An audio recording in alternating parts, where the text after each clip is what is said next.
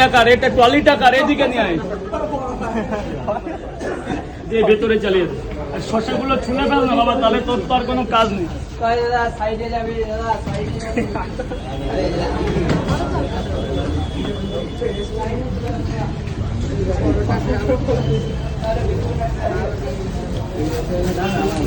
কটা নিয়ে যাবে? 5টা।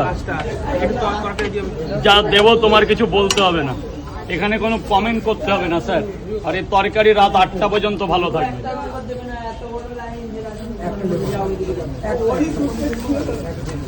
আর কে? 3টে এক জায়গা,